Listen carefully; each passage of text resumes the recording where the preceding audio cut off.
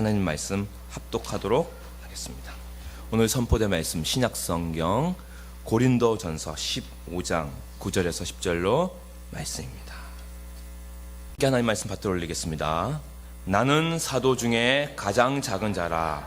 나는 하나님의 교회를 박해하였으므로 사도라 칭함받기를 감당하지 못할 자니라. 그러나 내가 나된 것은 하나님의 은혜로 된 것이니 내게 주신 그의 은혜가 헛되지 아니하며 내가 모든 사도보다 더 많이 수고하였으나 내가 한 것이 아니요 오직 나와 함께 하신 하나님의 은혜로라. 아멘. 자리에 착석해 주십시오. 알아갈수록 살아갈수록 라는 제목으로 하나님 말씀 선포가 있겠습니다.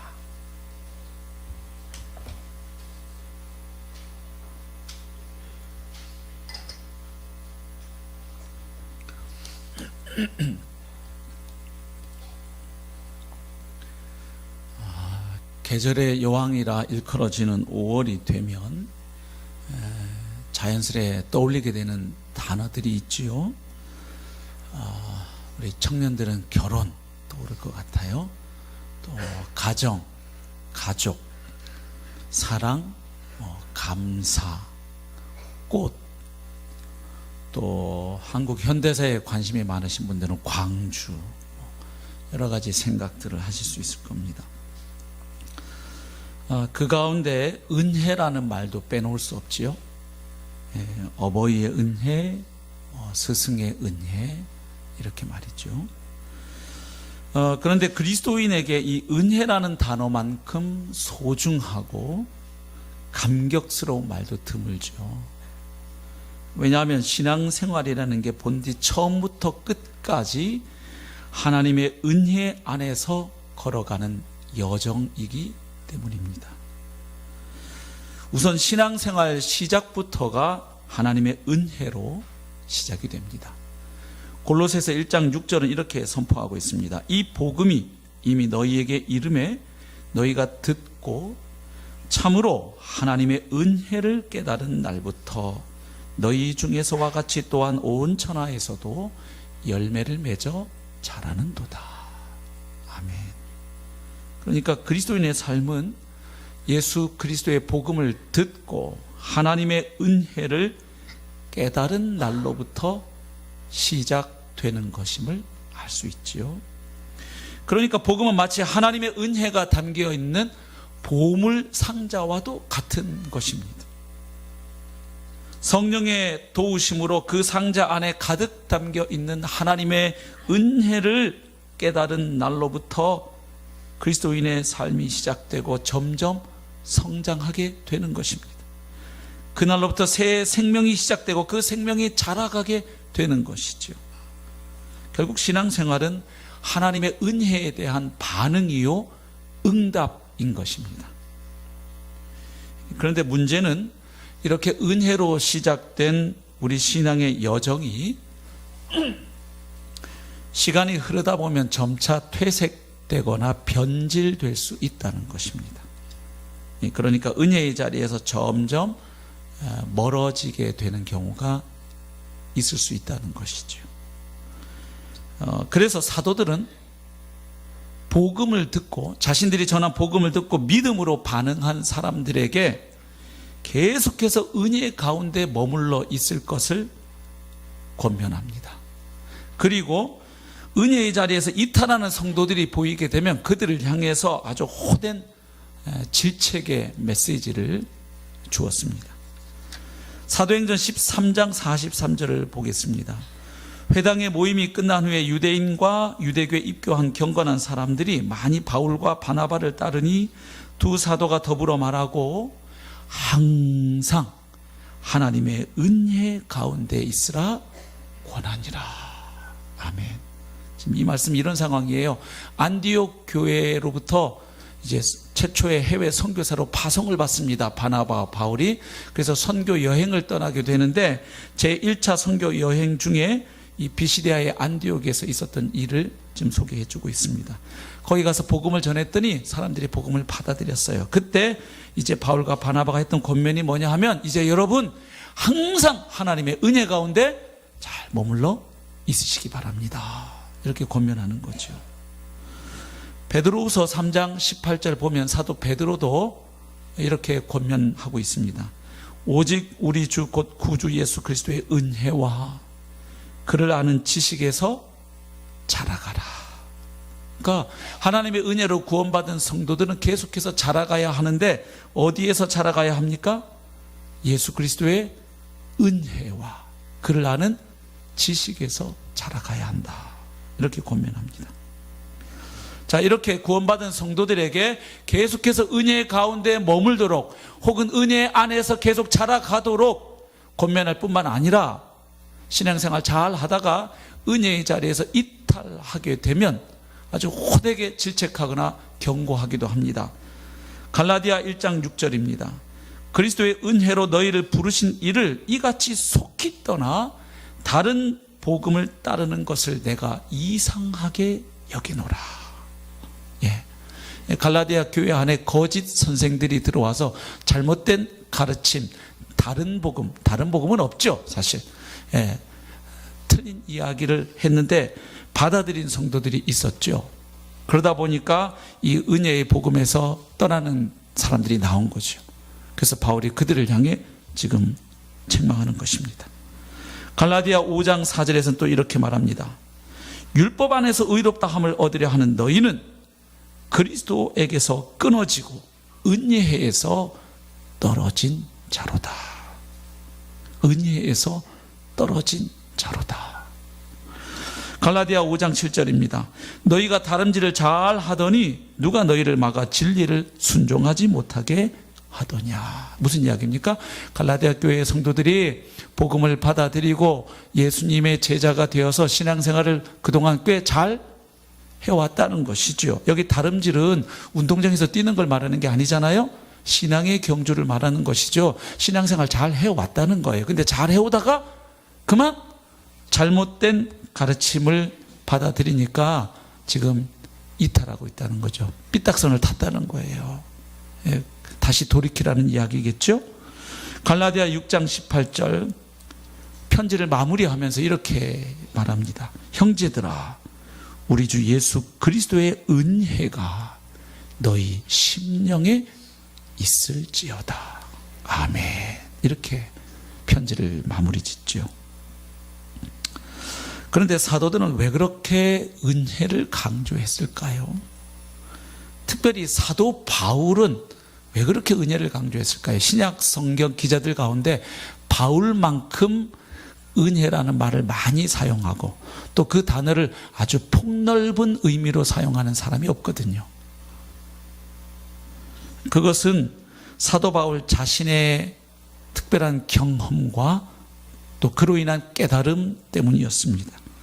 특별히 다메섹 체험으로 바울은 은혜가 무엇인지, 은혜가 얼마나 위대하고 소중한 것인지를 아주 절실하게 깨달았던 것이죠. 알고 계신 것처럼 바울은 다메섹 도상에서, 즉 다마스커스로 가는 그 길 위에서 부활하신 주님을 만났습니다. 그뿐만 아니라 부활하신 주님으로부터 사도로 부르심을 받았습니다. 그리고 그 주님으로부터 이제 그가 증거해야 할 복음의 내용을 받았습니다. 그래서 바울에게 있어서 이 다메섹 체험 혹은 다메섹 사건은 구원의 사건이자 소명의 사건이었습니다. 또한 계시의 사건이었습니다. 그러니까 삼중적인 사건이었던 거예요. 주님의 교회를 핍박하고 성도들을 잡아 죽이기 위해서 다메섹으로 가던 바울에게 부활하신 주님이 나타나셔서 말씀하셨죠. 사도행전 9장을 보겠습니다. 1절부터 봅니다. 사울이 주의 제자들에 대하여 여전히 위협과 살기가 등등하여 대제사장에게 가서, 자, 여기 나오는 사울이 바로 우리가 알고 있는 바울입니다. 두 가지 이름이 있었던 것이죠. 히브리식 이름은 사울, 그리고 이 로마식 이름은 바울이었습니다. 그래서 이제 구원받고 선교사가 된 이후에는 이방인들에게 보다 친숙한 이름인 바울을 많이 썼기 때문에 우리에게는 바울이 더 익숙하죠. 유대인들에게는 또 사울이라는 이름이 친숙한 이름입니다. 사울이 주의 제자들에 대하여 여전히 위협과 살기가 등등하여, 여기 왜 여전히라는 말이 나오냐면 그 앞에 7장 보면 스데반이 돌에 맞아 순교하는 그 현장에도 누가 있었다는 것을 우리가 알고 있죠? 바로 사울이 있었거든요. 예. 근데 그리고 이제 그 스데반의 순교 이후에 예루살렘 교회에 아주 혹독한 핍박의 바람이 불어닥치죠. 이때 앞장섰던 인물이 사울입니다. 근데 지금 사울이 자기 관할 구역을 넘어서까지 가요. 열심히 대단한 사람이죠. 예. 다메섹 여러 회당에 가져갈 공문을 청하니, 요즘으로 하면 체포영장이나 구속영장쯤 되겠죠. 이는 만일 그 도를 따르는 사람, 십자가의 도를 따르는 사람, 예수 그리스도의 복음을 따르는 사람을 만나면 남녀를 막론하고 결박하여 예루살렘으로 잡아오려 함이라. 사울이 길을 가다가 다메섹에 가까이 이르더니 호련히 하늘로부터 빛이 그를 둘러 비추는지라. 땅에 엎드러져 들으며 소리가 있어 이르시되. 자, 이제 부활하신 주님이 사울을 향하여, 바울을 향하여 부르십니다. 사울아, 사울아, 네가 어찌하여 나를 박해하느냐 하시거늘 대답하되 주여 누구시니이까? 이르시되 나는 네가 박해하는 예수라.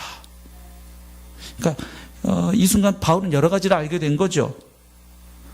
주님 누구십니까? 그랬더니 나는 네가 핍박하는 예수다. 이 말은 결국 자기가 핍박하고 있는 예수 그리스도가, 예수가 바로 주이심을 말해주는 것이죠. 그리고 자기는 예수를 따르는 제자들을 핍박했는데 주님은 왜 네가 나를 핍박하느냐 하셨으니까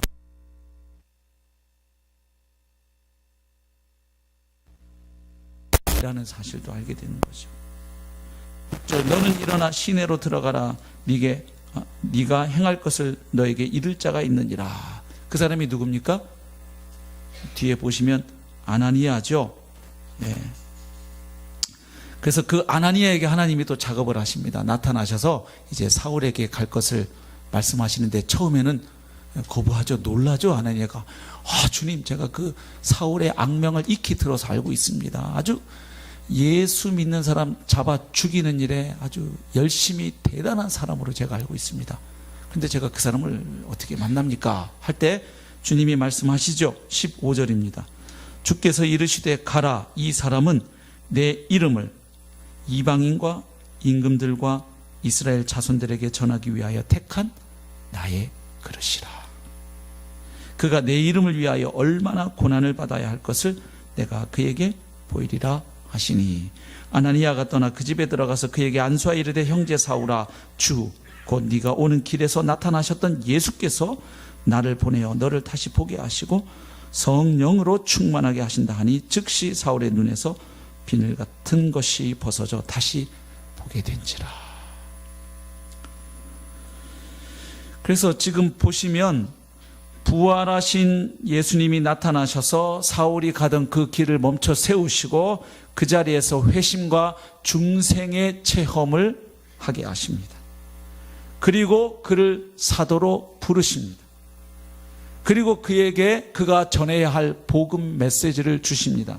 그래서 이 사건 이후에 바울이 바로 복음을 증거하기 시작하는 것을 우리는 알게 되죠. 사도행전 9장 19절 하반절입니다. 사울이 다메섹에 있는 제자들과 함께 며칠 있을 새 즉시로 각 회당에서 예수가 하나님의 아들이심을 전파하니.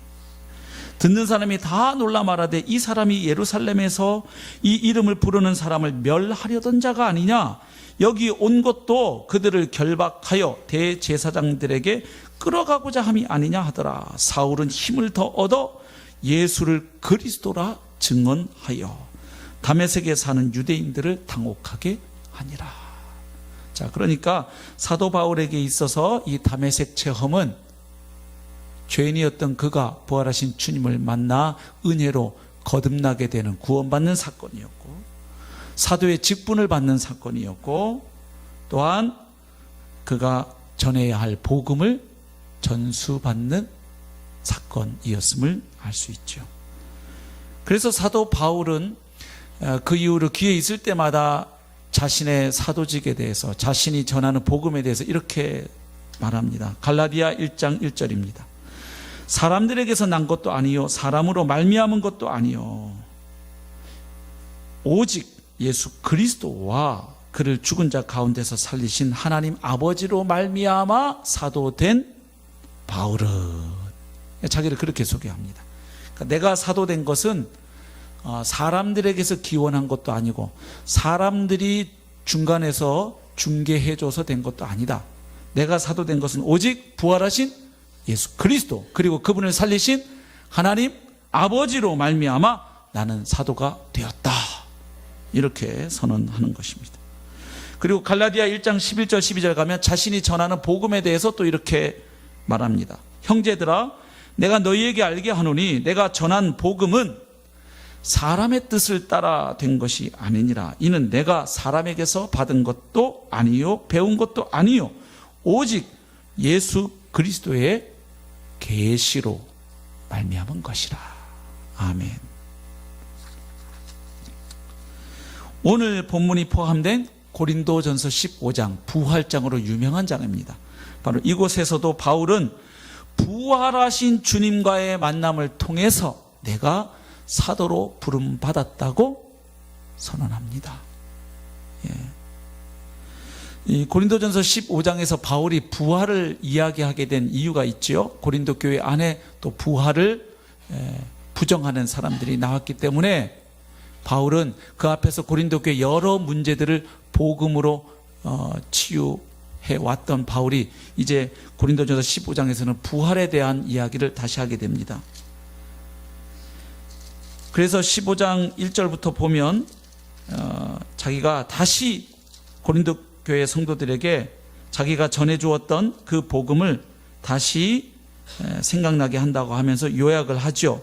15장 3절부터 몇 절을 좀 보겠습니다. 오늘 저희 본문은 9절 10절인데 그 앞에 바울이 무슨 이야기를 해오다가 오늘 우리가 함께 읽은 말씀, 그 말씀을 했는지를 보는 것입니다. 15장 3절 내가 받은 것을 먼저 너희에게 전하였노니 이는 성경대로 그리스도께서 우리 죄를 위하여 죽으시고 주님의 십자가 죽으심을 말합니다. 장사 지낸 바 되셨다가 성경대로 사흘 만에 다시 살아나사 주님의 부활을 이야기합니다. 그리고 이제 5절부터는 부활하신 주님의 현현을 이야기합니다. 즉 부활하신 주님이 부활한 걸로 끝내지 않고 부활하신 다음 바로 승천하신 것이 아니고 부활하신 주님이 사람들에게 나타나셨다는 것을 이야기합니다. 5절 게바에게 보이시고 후에 12제자에게와 그 후에 500여 형제에게 일시에 보이셨나니 그 중에 지금까지 대다수는 살아있고 어떤 사람은 잠들었으며 그 후에 야고보에게 보이셨으며 그 후에 모든 사도에게와 맨 나중에 만삭되지 못하여 난 자 같은 내게도 보이셨느니라. 아멘. 그러니까 부활하신 주님이 바로 나에게도 나타나셨다. 보이셨다. 그리고 이어지는 9절 말씀 보시면 나는 사도 중에 가장 작은 자니라. 나는 하나님의 교회를 박해하였으므로 사도라 칭함받기를 감당하지 못할 자니라. 자, 그러니까 부활하신 주님이 내게도 나타나셨다 이야기하고 바로 이어지는 구절이 사도의 직분에 대한 이야기입니다. 그러니까 부활하신 주님이 내게 나타나셔서 내가 구원받았을 뿐만 아니라 그분으로부터 나는 사도로 부르심을 받았다. 그 이야기를 하는 것이죠. 근데 여기 자기의 사도직을 이야기하면서 자기는 원래 사도가 될 자격이 없는 사람인 것을 그도 고백하고 있지요. 가령 8절에 보면 자신을 이렇게 표현합니다. 만삭되지 못하여 난 자 같은 내게도. 그러니까 나는 10달도 못 채우고 나온, 또 원문에 따라서는 유산된 자 같은 내게도 이렇게 번역할 수도 있어요. 그 다음에 9절에서는 사도 중에 가장 작은 사람이다. 왜 이렇게 말할까요? 바울 자기가 보기에도 실제로 그랬기 때문에 하는 말일 수도 있고요. 또 우리가 알고 있는 게 하나 있죠. 바울이 사도가 되어서 사역을 할 때, 복음을 전할 때 많은 공격을 받았습니다. 그 중에 하나가 뭐냐 하면 바울의 사도권을 잘 인정하지 않는 사람들이 있었습니다. 저 사람은 진짜 사도가 아니다 이런 거예요. 왜냐하면 당시 사람들이 볼 때 바울에게는 두 가지 문제가 있다고 본 겁니다. 하나는 그는 핍박자 출신이다. 주님의 교회를 아주 앞장서서 혹독하게 핍박했던 인물이 어떻게 사도가 될 수 있겠는가, 요 지적이었고요. 또 하나는 바울은 예수님 생전에, 즉 예수님의 공생의 기간 동안 예수님과 함께 했던 적이 없다. 다른 제자들처럼 그들은 예수님의 12제자들은 어떻게 했나요? 3년 동안 예수님의 공생의 기간 함께 했죠.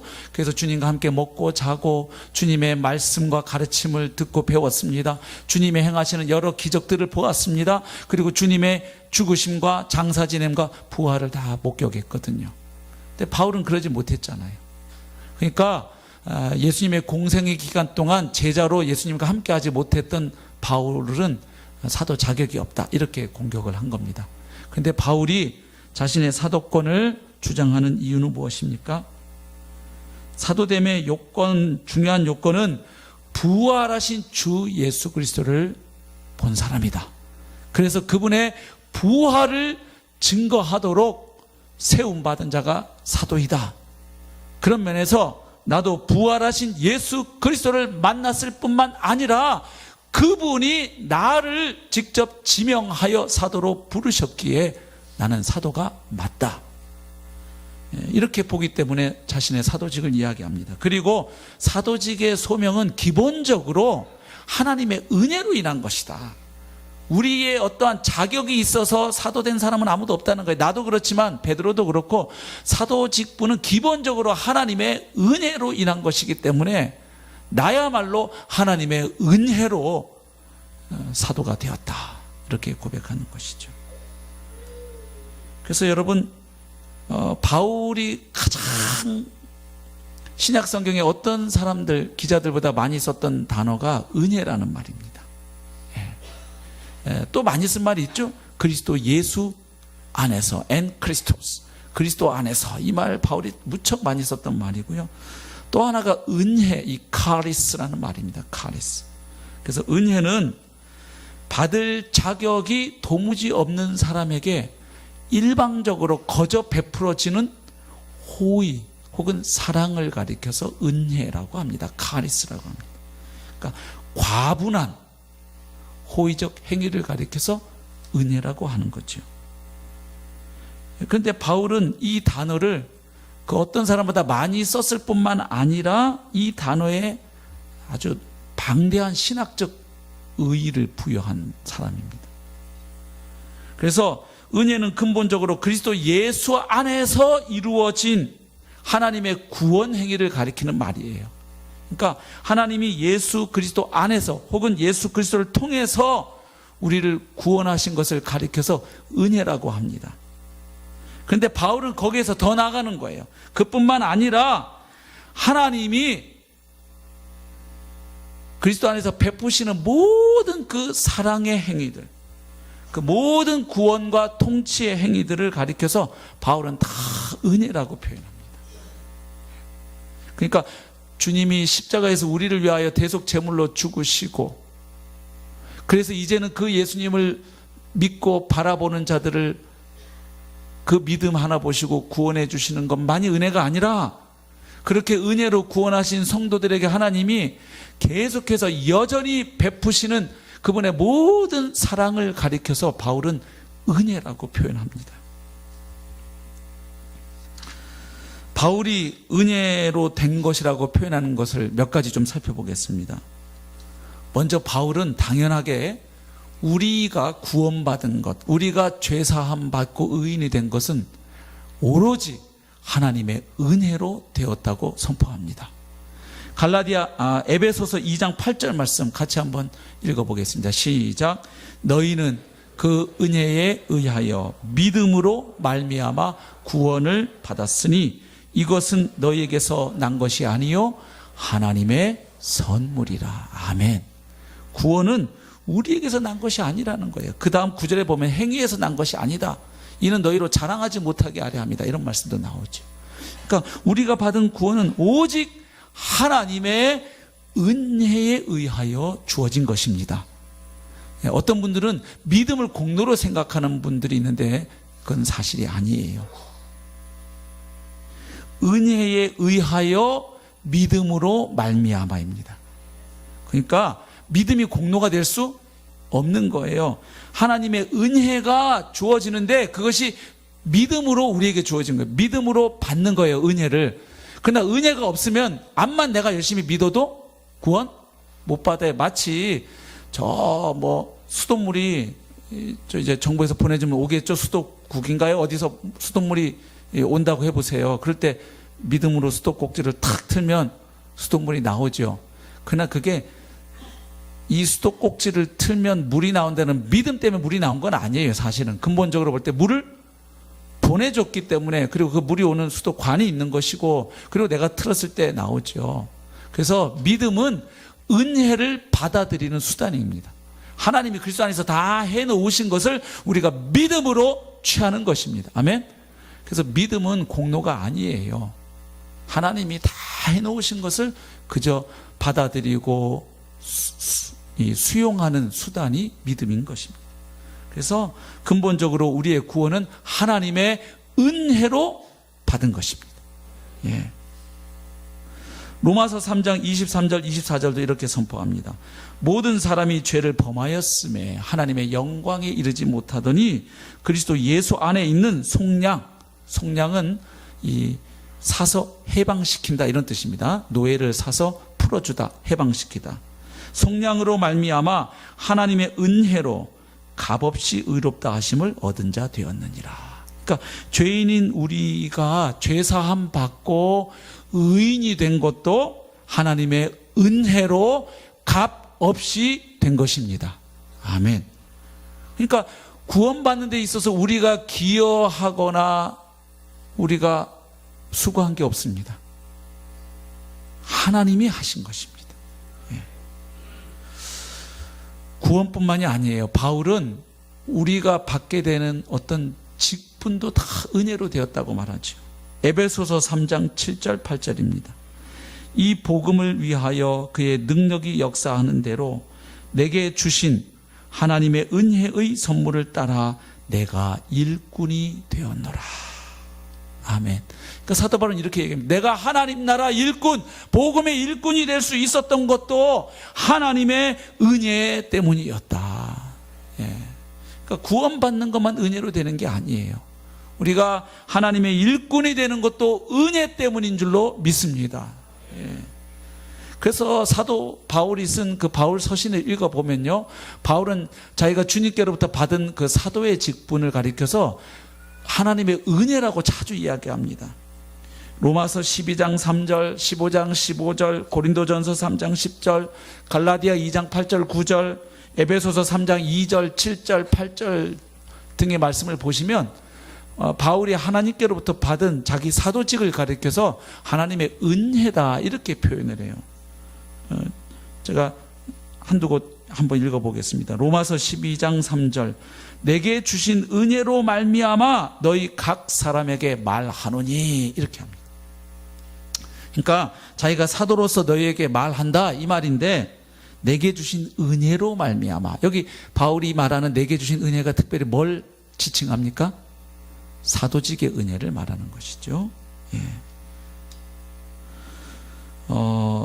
갈라디아 2장 8절 9절을 제가 읽겠습니다. 베드로에게 역사하사 그를 할례자의 사도로 유대인의 사도로 삼으신 이가 또한 내게 역사하사 나를 이방인의 사도로 삼으셨느니라. 그 다음 9절, 또 기둥같이 여기는 야고보와 게바와 요한도.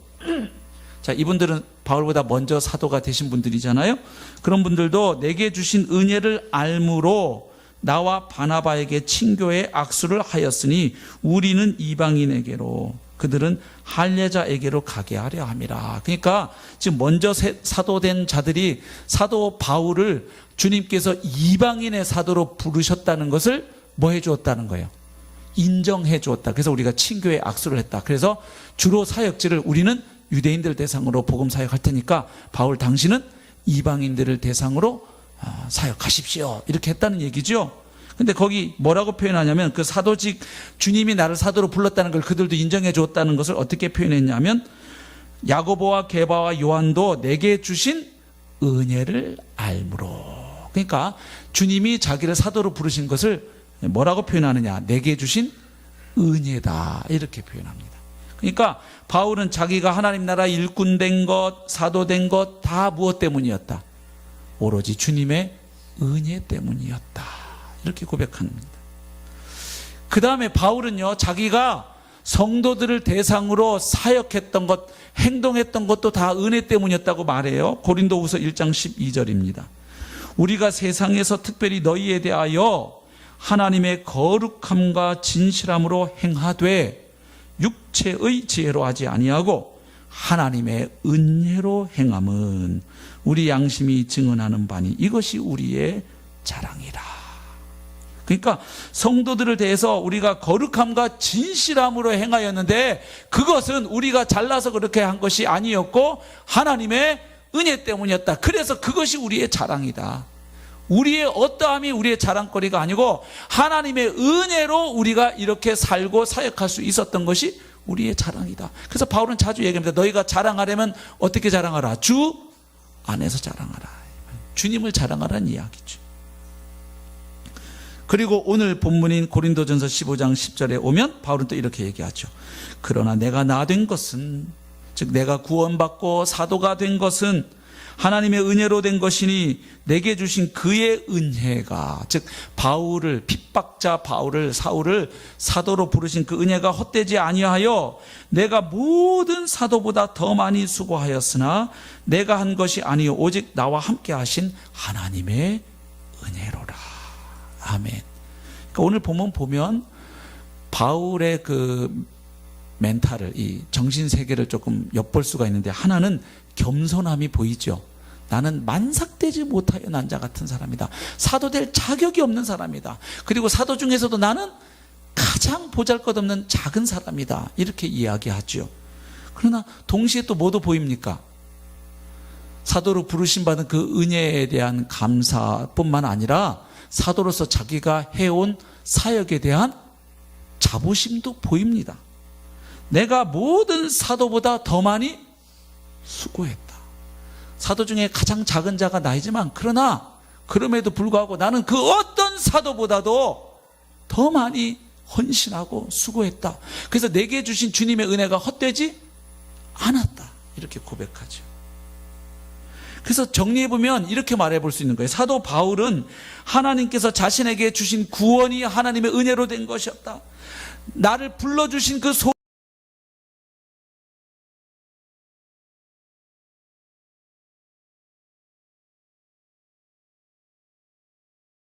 소명도 하나님의 은혜로 된 것이었다.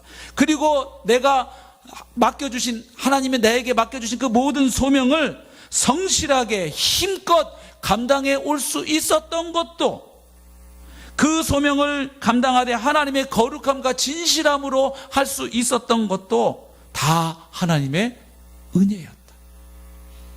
내가 어떤 사도보다 열심히 할 수 있었던 것도 하나님의 은혜였다. 이렇게 고백하는 거예요.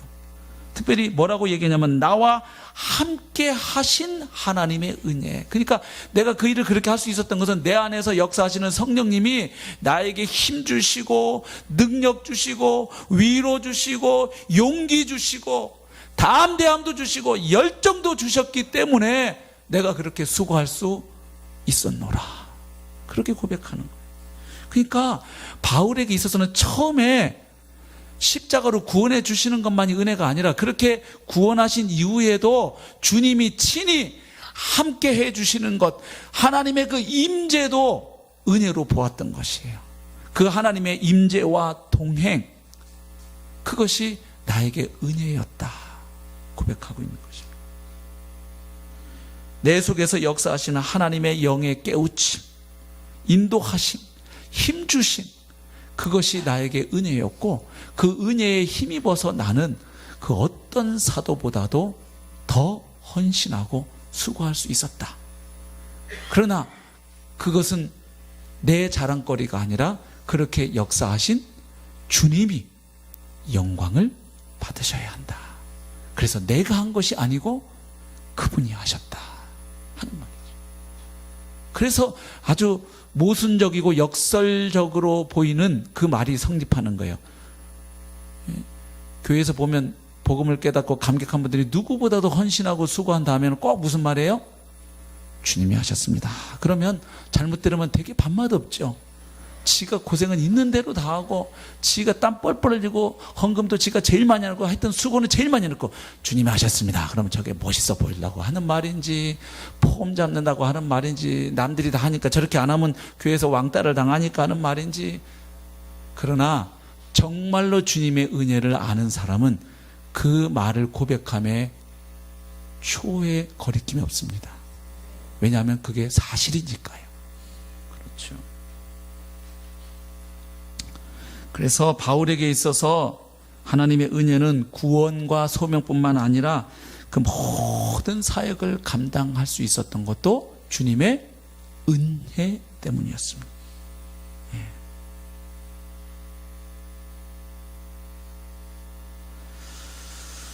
그래서 오늘 우리는 이 사도 바울의 고백들을 보면서 다시 한번 정리할 것이 있습니다. 뭐냐 하면, 은혜에 대해서 그림을 잘 그려야 되겠다는 것이에요. 다시 얘기하면 이런 얘기입니다. 왜 구원받고 은혜로 구원받은 성도가 신앙생활 잘 하다가 자꾸 은혜가 떨어지고 말이죠. 은혜의 자리에서 이탈하게 되는가. 여러 이유가 있는데 그 중에 한 가지는 이거예요.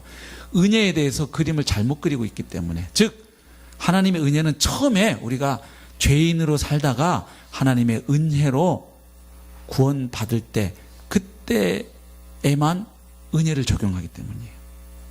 그러니까 이렇게 이해하는 거예요. 신앙생활을 처음에 하나님의 은혜로 구원받았으니까, 즉 하나님의 은혜로 공짜로 나를 구원해 주셨으니까 이제부터 하는 신앙생활은 어떻게 하는 거다. 이제 주신 바 그 은혜에 대해서 내가 뭐 하는 거다. 열심히 빚 갚는 거다. 이제는 구원은 은혜로 받고 봉사, 헌신, 사역은 누구 힘으로? 다시 내 힘으로 이제 해서 그 주신 바 은혜에 빚 갚아야지. 이런 측면이 아주 없는 건 아니에요. 그렇죠? 은혜를 깨달으면 그 은혜에 대해서 우리가 반응하게 되니까, 이런 은혜를 입었으니 내가 어찌 가만히 있겠느냐. 이게 뭐 당연하지만, 그러나 오늘 바울을 통해서 듣는 음성은 뭐냐 하면, 처음에 우리가 구원받는 것도 은혜지만 사실은 돌아보면 구원받은 이후에 우리가 살아가는 것, 사역하는 것, 그 모든 헌신하는 것도 다 사실은 뭐다? 하나님의 은혜로 하는 것이라는 메시지입니다. 그래서 신앙생활은 처음부터 끝까지 하나님의 은혜 안에서 걸어가는 여정입니다. 그래서 우리가 은혜에서 떨어지지 않기 위해서는 이 은혜에 대한 그림을 잘 그려야 되겠다는 것입니다. 처음에만 은혜가 아니라 신자의 삶은 처음부터 끝까지 하나님의 은혜입니다. 그 다음에 또 하나는 무엇입니까? 율법주의에 빠지게 되면 은혜에서 떨어집니다. 아까 갈라디아 5장 4절에서 바울이 이렇게 얘기했죠. 율법 안에서 의롭다 함을 얻으려 하는 너희는 그리스도에게서 끊어지고 은혜에서 떨어진 자로다. 그러니까 복음을 듣고 깨달아서 은혜로 구원 받아 놓고도요, 까딱 잘못하면 어디로 또 돌아갈 수 있어요? 이 또다시 율법주의로 돌아갈 수 있다는 거예요. 왜냐하면 인간 본성 속에 이 공로주의가 자리 잡고 있어요. 내 힘으로 해보려는 의식이, 처음에 에덴 동산에서 아담과 하와가 범죄하고 자기들이 벌거벗었음을 깨닫고 했던 일이 뭡니까?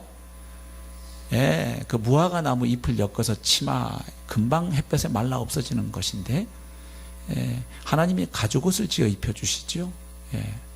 자기 힘으로 해보려는 것, 그리고 그걸 가지고 하나님께 인정받으려는 것. 그래서 율법주의는 이런 거예요. 내 행위를 하나님께 드리고 그것으로 하나님의 의를 얻으려 하는 태도입니다. 다시 말해보면 하나님과 거래하려는 태도예요. 내가 이렇게 이만큼 하나님 당신께 해드렸으니까, 내가 이렇게 주일 성수하고, 이렇게 새벽마다 기도하고, 이렇게 내가 11조하고, 이렇게 건축, 선교, 헌금하고, 기도 모임 나가고, 전도하고, 봉사하고 열심히 더운 날 주방에서 밥 짓고 추운 날 저 주차장에서 주차 안내 봉사하고 내가 목장 식구들 그냥 다 돌아보고 전화하고 어려운 일 있으면 집에 찾아가고 내 주머니 털어서 그들 밥 사주고 섬기고 그 집 애들 봐주고 했으니까 이 정도 했으면 당신도 뭐 좀 이게 기브앤테이크 아니야? 내가 이 정도 했으면 뭐 떨어지는 거 있어야 되잖아. 이런 거. 이게 율법주의입니다. 그러니까 하나님을 이용하는 거죠. 거래하는 거죠. 내가 이렇게 했으니까 그 대가로 당신도 나에게 뭔가 줘야 되는 거 아니야? 하는 마음가짐, 태도를 우리는 율법주의라고 말할 수 있습니다. 그래서 이런 마음으로 신앙생활을 하면요, 조금 시간이 흐르다 보면 뭐가 찾아오느냐? 분노, 원망, 섭섭증이 올라옵니다. 그래서 이 세상에서는 이런 걸 쉽게 얘기합니다. 삐졌다고 얘기하는데 그리스도인들은 좀 고상하게 시험 들었다 이렇게 얘기합니다. 뭐 삐진 거죠. 쉽게 얘기하면 하나님한테. 그죠? 예. 그래서 누가복음 15장에 보면 그 잃어버린 아들의 비유, 뭐 탕자의 비유로 흔히 표현들 많이 하는데 거기 잃어버린 아들이 둘이 나오죠. 그죠? 집 나갔다 다시 돌아온 둘째 아들도 탕자지만 사실 본문 잘 읽어보면 그 집에서 누구보다 열심히 일했던 큰아들도 탕자죠. 아버지에게서 멀리 떨어져 있는 아들이에요. 그래서 누가복음 15장 28절부터 보면 이렇게 돼 있죠. 그가 노하여 들어가고자 하지 아니하거늘. 아버지가 잔치를 열었거든요. 둘째 아들 돌아왔다고, 죽었던 아들이 살아왔다고 그냥 송아지 잡고 잔치를 열었는데 일하다가 들어온 둘째 아들이 이게 무슨 소린가 해서 하인한테 알아보고서는 안 들어가죠. 그랬더니 아버지가 또 나와요. 아버지가 나와서 권한데 아버지가 오라 그러면 그 말만 듣고도 가야지. 근데 안 들어오니까 뻗팅기니까 아버지가 또 직접 나오잖아요. 그래서 야 가자. 그런데도 안 들어가요. 뭐라고 말하냐면 내가 여러 해 아버지를 섬겨 명을 어김이 없거늘 내게는 염소 새끼라도 주어 나와 내 벗으로 즐기게 하신 일이 없더니 아버지의 살림을 창녀들과 함께 삼켜버린 이 아들이 돌아오며 이를 위하여 살찐 송아지를 잡으셨나이다. 아버지를 오해해도 보통 오해한 게 아니죠. 아버지가 얘기하잖아요. 예, 내 것이 다 네 것 아니냐. 모든 것을 아버지로부터 받아놓고도 거지같이 살았던 것이 큰아들이에요. 아버지의 은혜 안에 있으면서도 도대체 자기가 어떤 은혜를 받은 자인지를 모르는 거예요. 그러니까 동생하고 자기를 뭐 하는 거예요? 비교하는 거예요. 그러니까 속에서 뭐가 확 올라오는 거죠. 예. 또 마태복음 20장에 보면 포도원 품꾼 비유가 나오죠. 거기 보면 뭐 3시, 6시, 9시, 11시 각자 다른 시간에 포도원에 들어와서 일한 사람들 이야기가 나와요. 거기 보면 주인이 각자 다 똑같이 계약서를 써요. 그렇죠? 이 당신 일한 대가로 오늘 얼마 주기로 한다. 근데 그 각자가 그 당시 받는 그 시급하고 비교해 보면 엄청난 걸 주겠다고 한 거예요. 그런데 문제가 생기죠. 나중에 이제 일과 시간이 끝나고 이제 정산을 하는데, 임금 정산을 하는데 먼저 온 자들이 와서 더 받을 줄 알았더니 그들도 한 데나리온씩 받은지라. 처음에 주인하고 계약할 때 얼마를 계약한 거예요? 하루 일하고 일당 한 데나리온 받기로 해서 약속한 그대로 주인이 지키는 거예요. 근데 그 한 데나리온이 큰 거였단 말이에요, 당시에. 예? 우리 텔란에서 일하면 청년들 다른 데보다 시급 많이 받죠? 아닌가요? 네. 은혜를 모르는구나. 네. 다른 편의점 가서 일해봐요. 그만큼 받을 수 있나. 네. 자, 그랬더니 받은 후 집 주인을 원망하여 이르되 나중은 이 사람들은 1시간밖에 일하지 아니하였거늘 그들을 종일 수고하며 더위를 견딘 우리와 같게 하였나이다. 그러면서 항의하죠. 은혜란 것은 본디 주신 분과 받은 자가 아는 거예요. 그래서 자기하고 한 데나리온 약속하고 약속을 정확하게 지키고 주신 그 은혜에 감사해야 되는데 어쭈? 이게 무슨 일이지? 예. 그래서 이 은혜를 놓치게 되면 내 주변에 누군가를 가해자로 만들게 됩니다. 우리는. 예. 그래서 가장 가까운, 은혜가 떨어지면 가장 가까운 사람을 그래서 비난하게 돼 있어요. 그 타겟트가 남편, 아내, 자식, 부모, 목장 식구 이렇게 가요. 항상 저 멀리 지금 저 미국에 있는 탐이 내 원수가 안 돼요. 예. 내 옆에 있는 지근거리에 있는 사람이 항상 그렇죠. 예. 그래서 은혜가 떨어지면 기쁨, 감사, 감격 이거 사라지죠. 그래서 우리가 은혜의 자리에서 떨어지는 건 이런 경우입니다. 내가 이제는 꽤 자격과 조건이 있다고 생각할 때요. 그렇지. 나는 목사 자격 있지. 나는 집사 장로 자격 있지. 권사 자격 있지. 나는 목자 자격 있지. 뭐 이렇게 내가 이제는 꽤 자격과 조건이 있다고 생각하는 거예요. 또 누구보다 일을 열심히 하다 보면 그럴 수가 있어요. 누구보다 내가 봉사, 헌신, 사역 열심히 하다 보니까 옆에 사람들이 그렇게 안 하는 거예요. 그러니까 딱 보고 저게 집사야 잡사지, 저게 목사야 먹사지, 막 이렇게 남을 향해서 비난과 비판이 끊어지지 않는 거예요. 또 꽤 주님을 알고 난 이후 시간이 꽤 오래되면요, 그 긴 시간 속에서 내 공로가 누적된다고 생각하는 거죠. 예.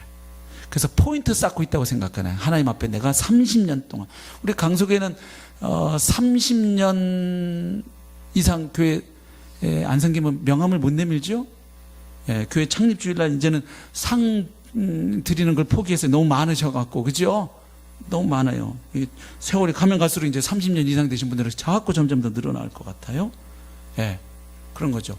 내가 이 교회에서 내가 지난 세월 동안 내가 몸으로 일한 게 얼마고 내가 헌금한 액수가 얼마고 이렇게 생각할 때 내 열심, 공로, 의지를 생각하게 되면 우리 마음에 싹 트는 게 뭐냐면 권리의식이에요.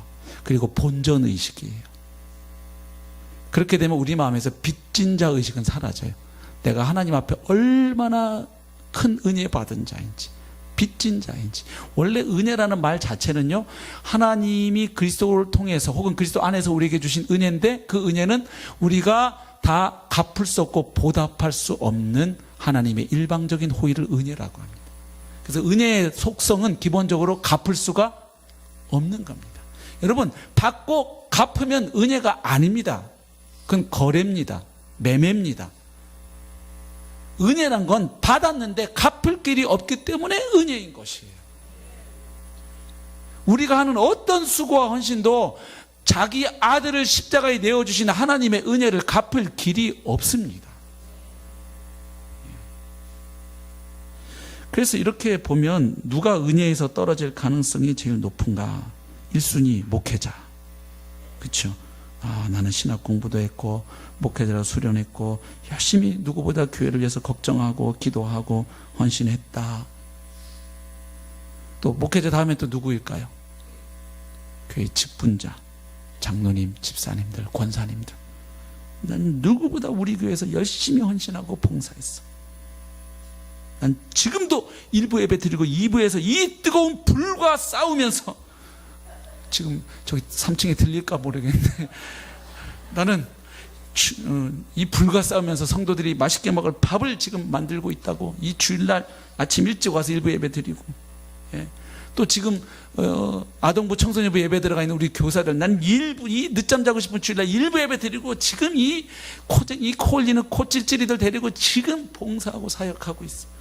추운 날 주차장에서 봉사하는 분들 보면 참 눈물 나게 감사할 때가 있는데, 근데 혹시 또 난 이 추운 날 나와가지고, 나는 우리 교회 몇 년 봉사했어. 우리 교회에서 나를 따르는 사람이 많아. 난 누구보다 기도 많이 해. 전도 많이 했어. 난 누구보다 헌금 많이 해. 나는 지금까지 2000일째 새벽 기도를 안 빠지고 있어. 네. 나는 한 번도 지난 몇십 년 동안 주일 예배를 빼먹은 적이 없어. 이런 거. 다 이게 자기의 공로가 되기 시작하면 나도 모르는 사이에 은혜의 자리에서 떠나게 돼요. 오늘 바울이 얘기하는 거예요. 내가 누구보다, 어떤 사도보다 난 더 열심히 수고하고 헌신한 거 맞아. 그러나 내게 한 거 아니고 하나님의 은혜야. 왜냐하면 그것을 할 수 있는 그 감동, 그 열심, 그 열정, 그 용기, 그거 다 알고 봤더니 나와 함께 하시는 하나님의 영이 나에게 부어주신 거였더라. 그래서 내가 한 게 맞지만, 그러나 더 정확하게 얘기하면 내가 한 것이 아니고 하나님의 은혜로라. 이것이 바울의 고백이었던 것이죠. 사랑하는 성도 여러분, 5월을 맞이하면서 다시 한번 우리가 주님의 은혜를 깊이 생각했으면 좋겠습니다. 그래서 과거를 잊지 말아야 돼. 내가 어떤 자였는데 구원받았는지, 존재적 죄인, 죄 짱아찌 같은 나를 복음을 통해서 구원해 주신 은혜, 그뿐만 아니라 구원해 주신 이후에도 또다시 복음의 자리를 이탈하고 또다시 내가 주인 되어서 내가 왕 노릇하고 살려고 또다시 주님의 십자가 은혜에 배반하고 또 세상으로 갈 때마다 또 주님 밀어내고 또 내가 왕이라고 큰소리 칠 때마다, 그때마다 다시 주님의 못 박히신 손과 발을 보여주시는 주님, 좌절하고 자빠져서 이제는 더 이상 못 가겠어요 할 때 부활하신 주님의 손으로 우리의 연약한 무릎을 일으켜 주시고, 상한 갈대를 꺾지 아니하시고 꺼져가는 등불을 끄지 않으시는 그 은혜의 손길로 다시금 나를 일으켜 세우시는 은혜. 그래서 여러분, 성경에 나오는 신앙의 위인들을 보면요, 천성적으로 이렇게 명랑하고 적극적이고 낙천적인 사람들이 아닙니다. 오히려 심리학자들의 분석에 의하면 많은 경우에 성경에 나오는 위인들은 기질적으로 본다면 우울질의 기질이 많아요. 우울질 소유자들이. 그건 뭘 말했냐면 그들의 기질 따라 신앙생활한 게 아니라 기본적으로 그렇게 우울하고 좌절감을 느낄 수 있는 사람임에도 그들을 찾아오신, 그들을 붙잡고 계신, 그들과 함께하고 계시는 주님의 은혜와 능력이 그들로 하여금 그런 삶을 살게 했던 것이에요. 혹시 또 우울감을 잘 느끼시는 분들은 제가 최근에 안 게 하나 있어요. 우울증을 가지고 계신 분들은 오히려 가장 힘든 때가 이 찬란한 봄날이라는 것을 제가 알게 됐어요. 최근에. 아멘이 나오시는군요. 네.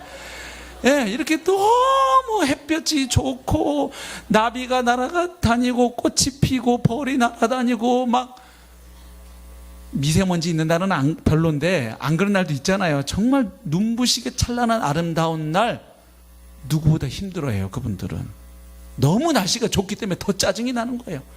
난 이렇게 삶이 더덥고 의미 없는데 왜 이렇게 날씨는 기분 나쁘게 좋은 거야. 이렇게 확 기분 나쁠 수도 있고, 에휴, 다 더덥다, 의미 없다, 이렇게 될 수도 있어요. 상관없어요.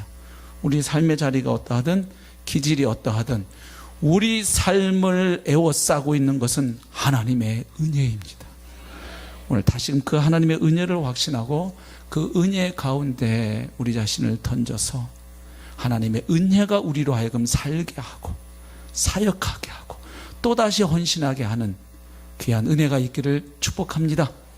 그리고 성도님들 중에 누구보다 교회를 위해서 헌신하고 사랑하는 귀한 분들 눈물나게 감사합니다. 저는 고맙게 생각합니다. 그러나 혹시 목사가 몰라주고 목장 식구들이 몰라주고 교인들이 몰라줘서 이렇게 화가 나시면 오늘 기억하시기 바랍니다. 그 남들보다 더 할 수 있는 그 마음과 열정을 부어주신 것이 하나님의 은혜였죠. 그러면 그게 이미 은혜 받았다는 표식일 뿐만 아니라 중요한 것은 이거예요. 하나님은 우리가 소자에게 냉수 한 그릇 대접한 것도 다 기억하시겠다고 했어요. 그러니 여러분이 은혜 받아서 열심히 한 거 주님이 지금 다 장부에 적고 보고 계세요. 아멘?